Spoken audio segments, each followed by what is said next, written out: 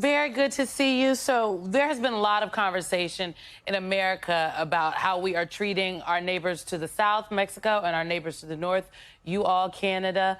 I'm wondering, where does the Canadian government stand at this hour? Are you more, the Congress in our country seems very amenable to working with you all directly to, they don't necessarily share the president's economic ire that he seems to have for the Canadians.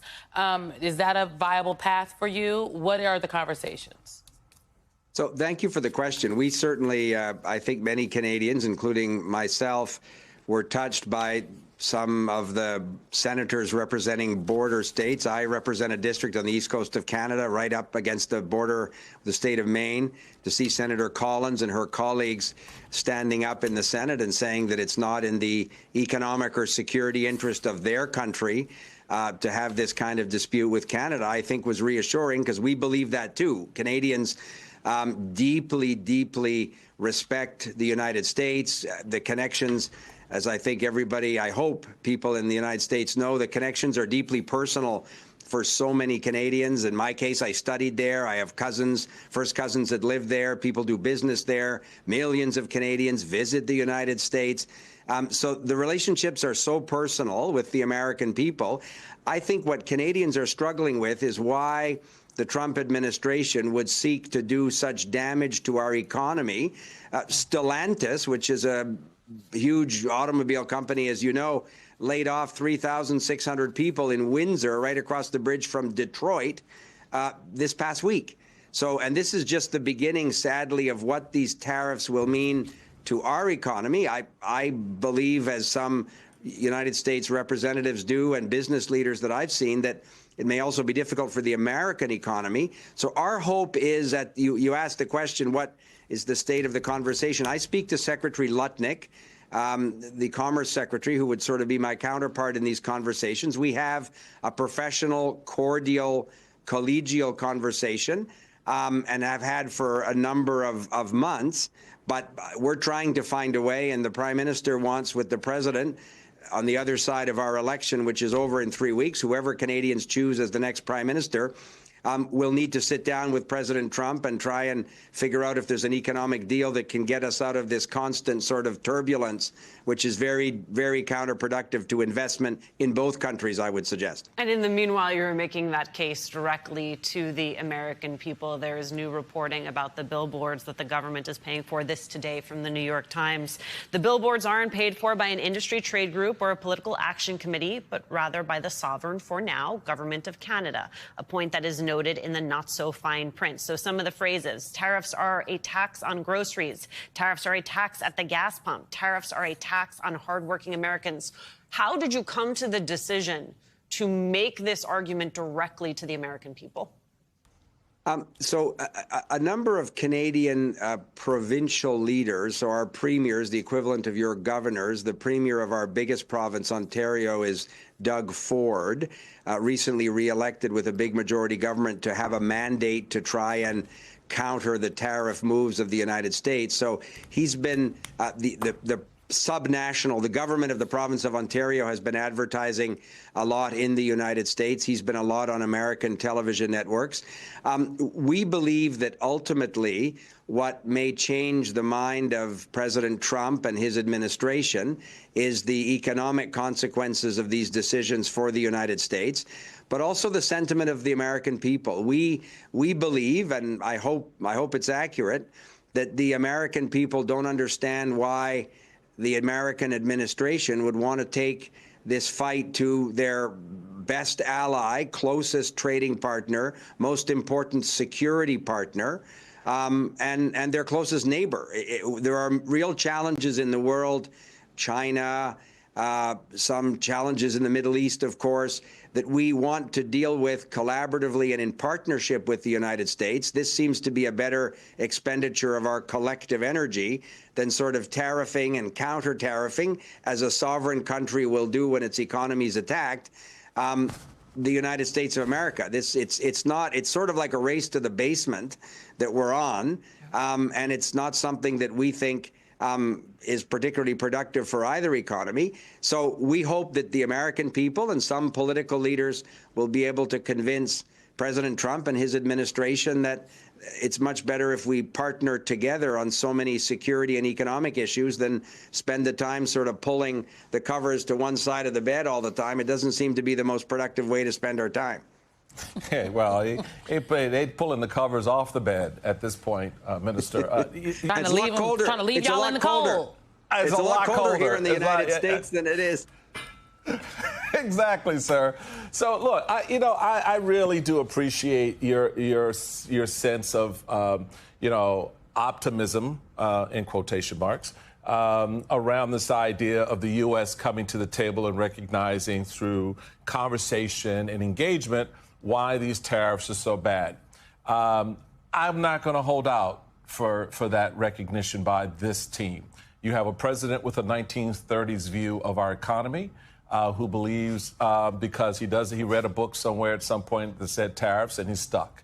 And so I think something you said earlier for me is really the sort of the new engagement level that is going to be interesting to watch. We had Congressman Robert Garcia from California yesterday, and we were talking about how states like California are now beginning to carve out a more independent relationship with our economic allies, like Canada, where they're more directly saying to Canada, look, we're not down with this crazy on this tariff stuff. We're not doing this. So let's you and I talk about how we, as the seventh largest economy in the world, right, in California, can partner and work with a country like Canada. And last point, the New York Times put in quotation marks in reference to Canada as a sovereign nation for now. I'm here to say Canada's a sovereign nation, period. So this idea that somehow you're going to be the 51st state, can we just stop that level of stupid and get beyond that stuff that sort of fires people up irrationally, to recognize the fact that economically is where the play is going to be for both Canada and I think individual states along our northern border and places like California. So I would agree that there's a huge opportunity, and we've seen the comments from the representatives from California. I saw Governor Newsom also on American television network. Sure, the economy of Canada, I think, is reasonably similar in size to the economy of the state of California. So these are encouraging comments. I think that for Canadian business leaders looking to expand or looking to have new markets and partnerships, it would be very encouraging to see leaders from states as important as California, and there are many others. As you said, the northern border states have been great allies for a long time. The challenge is, and this is that these tariff applications, of course, are the jurisdiction of the national government of the United States. So it's the president and the House of Representatives and the Senate and Congress that are in a position to affect some of these decisions. But I know that Canadian business leaders are very encouraged by these voices that have been, frankly, speaking up more in the last few weeks than the last few months. And as I say, these are relationships that exist for decades. If I think of a great American president like Ronald Reagan, who signed the first free trade agreement with our late Prime Minister Brian Mulroney 40 years ago, and I imagine these giants of global politics seeing the sort of controversy and confusion that we're in now, it would be very distressing for them. And your point about the 51st state, you're absolutely right. Those comments, we would obviously appreciate very much that those comments stop. Canadians, it does get an emotional reaction to Canadians as citizens of a sovereign country that wants to be the best partner, economic and security partner that the United States can have, because it's in our interest, and we believe the interest of the United States that be the posture. This is why some of these conversations become more complicated when there's that constant public sort of adding fuel to a fire that should not even be burning. So that sort of makes it harder for us, and we in Canada believe that that's not in any way a realistic option or a conversation that we're of course prepared to have in any way.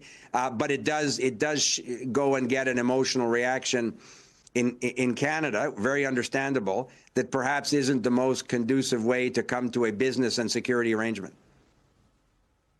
I have a question. When you have your prime minister talking about the possibility of a coalition of like-minded countries, can you tell us which other countries you were having that conversation with? I know the prime minister, the new prime minister, my new boss, Mark Carney, within a few days of becoming prime minister before the election started 2 weeks ago, went to the United Kingdom and France. You can imagine those two countries in particular have a very significant role in the founding of what is now modern-day Canada. So protesters over the weekend. Because I vote for Trump, and it's not what I vote for. He doing all these wrong things is not good. And I'm a senior citizen, so he want to step into our social security check and all these things is not nice. When Trump got elected, all our savings are gone. I had it in stocks. I worked for that. I worked in a call center. I took calls from confused grandmas and really, really angry people. 8 hours a day, 40 hours a week, wasting my life, and it's just gone. And any other job I get, it's just going to be gone. It's hopeless. There's no hope for this country. I want to move to China. Canada keeps winning by exposing Trump, by warning Americans about what they can lose. It's not just about the dollars and cents, but and don't get me wrong, like, people's livelihoods matter, right? Like, people are going to lose their jobs, their retirements. I'm not trying to downplay that, but it's about more than that at the same time. Like, the United States takes for granted that it has all these friends, right? America focuses a lot on its enemies, right? It focuses a lot on, like, these countries hate us, blah, blah, blah, axis of evil, blah, blah, blah. But it's like they don't realize that they have a lot of friendships, and frankly, especially under presidents like Trump, but even sometimes in better times, they haven't always done a lot to be the best of friends back. And yet there's been a lot of goodwill to the United States, right? Because it's a powerful country, trading relationships, the friendships that people have built, cultural similarities. And Canadians are warning people, regular Canadians, you see it in my comments, you see it from me. Canadians, fellow Canadians watching this, write in the comments about how Trump has hurt our relationship with the United States, how we don't feel like friends anymore. But it's also, Canada is sort of taking the energy of Americans. The Americans protesting Trump, they're protesting for a whole bunch of reasons, but in part, they are protesting in favor of a foreign country. You guys, you have such a bad president that your people, and this includes you, but I've seen it at town halls, and I've seen you guys in the comments being like, I don't support my country, I support the other countries. In this, at least, I feel more Panamanian, Mexican, Danish, Greenlandic, Canadian, whatever, because those countries, they're not perfect, but they're not the ones making enemies of their best friends for no friggin' reason. And so Canada's going to continue showing that the Canadian politicians represent the United States people better than their own country does.